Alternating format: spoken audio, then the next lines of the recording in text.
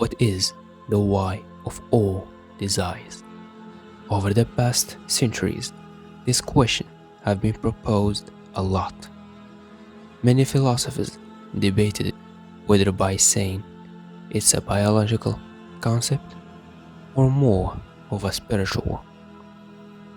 But before we start, we have to first understand what we mean by the sentence, the why of all desires.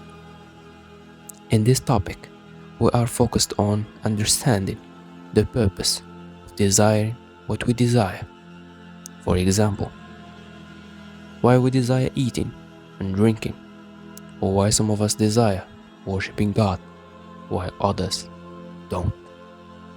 Why some would even desire their own death. In ancient Greek, philosophers like Plato argued that the why of desire is spiritual and intellectual starvation.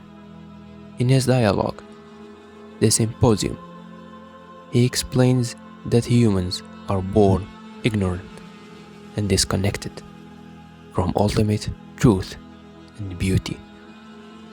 While Aristotle looked at this topic in a more biological way, he argued that everything in nature has a quote-unquote potential and wants to become actualized.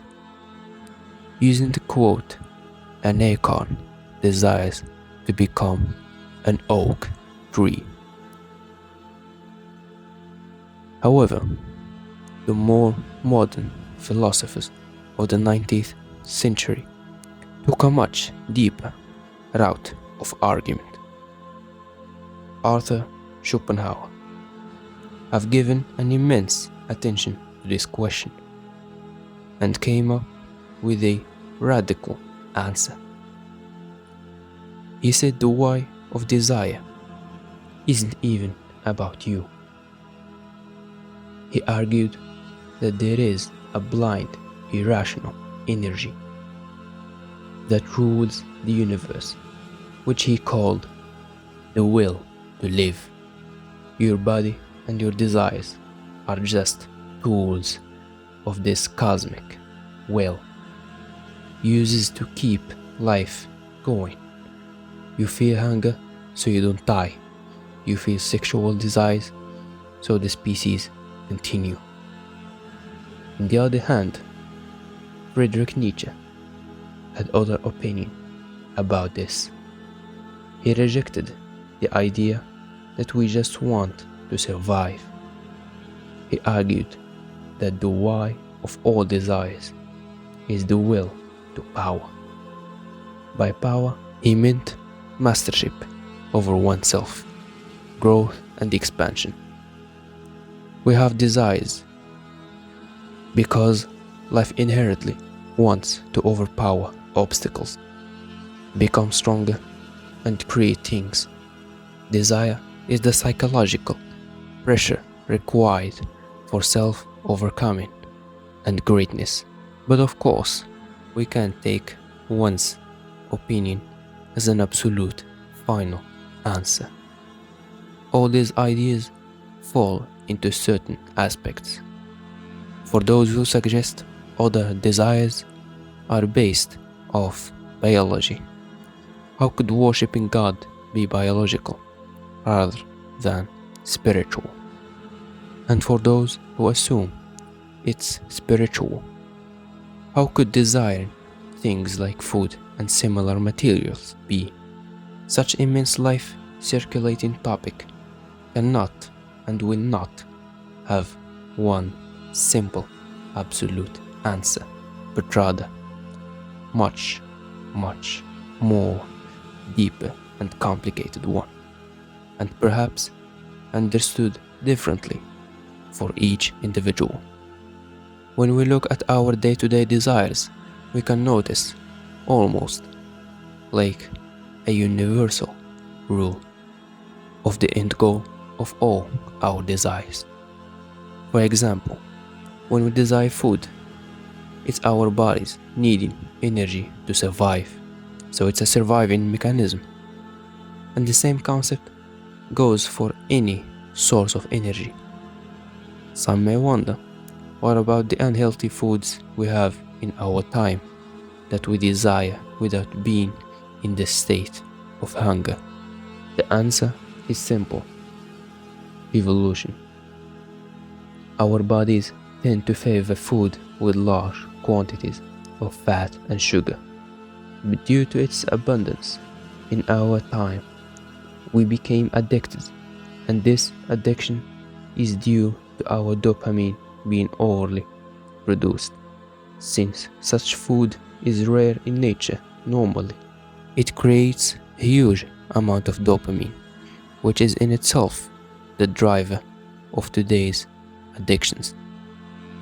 Understanding from this, our bodies make the essential needs for survival desirable with dopamine. Some may wonder, how does this apply to distracting behaviors? For example, drawing, writing, and playing. In other words, sources of enjoyment. These kind of actions tap into a core psychological loop, which is prediction, progress, and achievement. Once this loop is broken and we no longer sense those feelings, we have the term bored. And these actions can also be a way to escape reality, since you are focused on things outside your life, which would lower the levels of the bad feelings, such as anger and sadness. But the most important idea is making progress, which we would get deeper into later. The other desires we may have are the urge of controlling and having power, not only physical or mental, but having some kind of authority over something. The point of this desire is feeling valued and on a more of a biological level. It's the main way of finding a partner to reproduce with.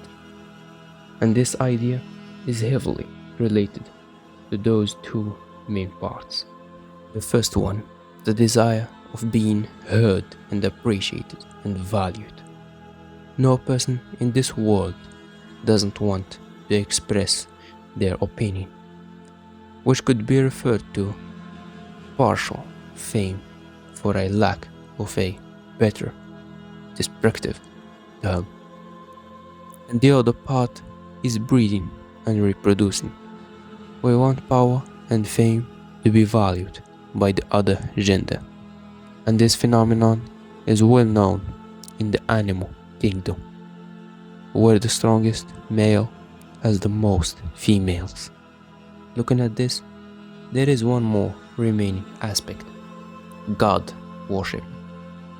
The purpose of such desire can be one of the two or both: fearing God's punishment, which is a natural instinct we have to be as far as possible from pain, or feeling comforted by God, which means when a person runs to God seeking comfort, it's like a child running to his parents to seek comfort and, most importantly, protection.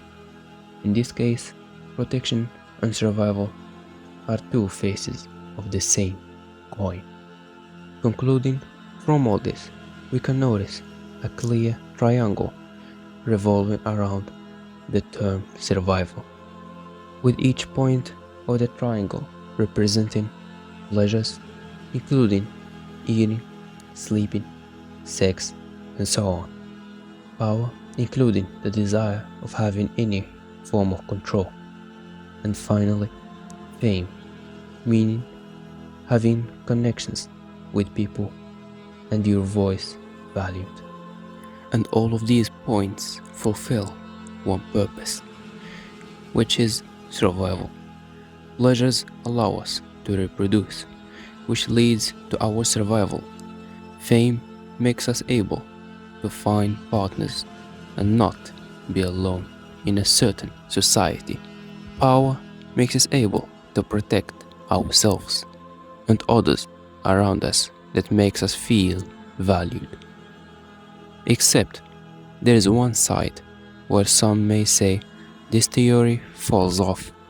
The soldiers who sacrifice themselves in wars.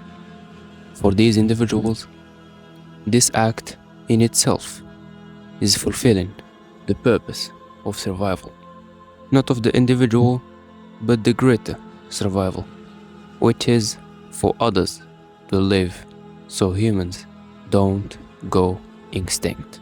But back to the previous point of making progress. It is very essential for our well-being and life. Nietzsche said, "He who has a why to live for can bear almost anyhow." This quote shows us how a purpose of living is essential for our lives, as it is proved scientifically. Having what to live for improves cardiovascular protection, preserves cognitive reserve, regulates the nervous system, and more many benefits. I'm not going to go deep in the purpose of life in this essay. I want to mention that every purpose in life each one of us has is fulfilled following the triangle of survival.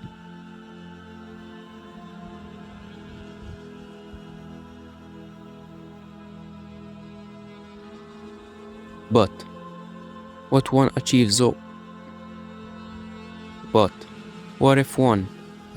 all of them? What if you no longer need to find more? You have infinite power, fame, and all the pleasures you want. In this case, I believe we reach a state of extreme defense to preserve what we have. It's always seen in kings and rulers and elites. They reach a point of excessive paranoia and aggression until they start doing absurd things, such as torturing people.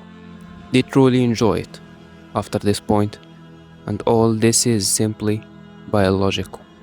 Your body can't change your morals and what you view as good or evil, but it can absolutely change your cravings and release dopamine doing what it wants you to do. But what actually controls us and doesn't care about your morals and beliefs? It is likely, if not certainly, our subconscious mind. As no matter how hard you try to escape what you desire, it will force you to do it, as it's designed to make you survive at any cost and have our species not extinct.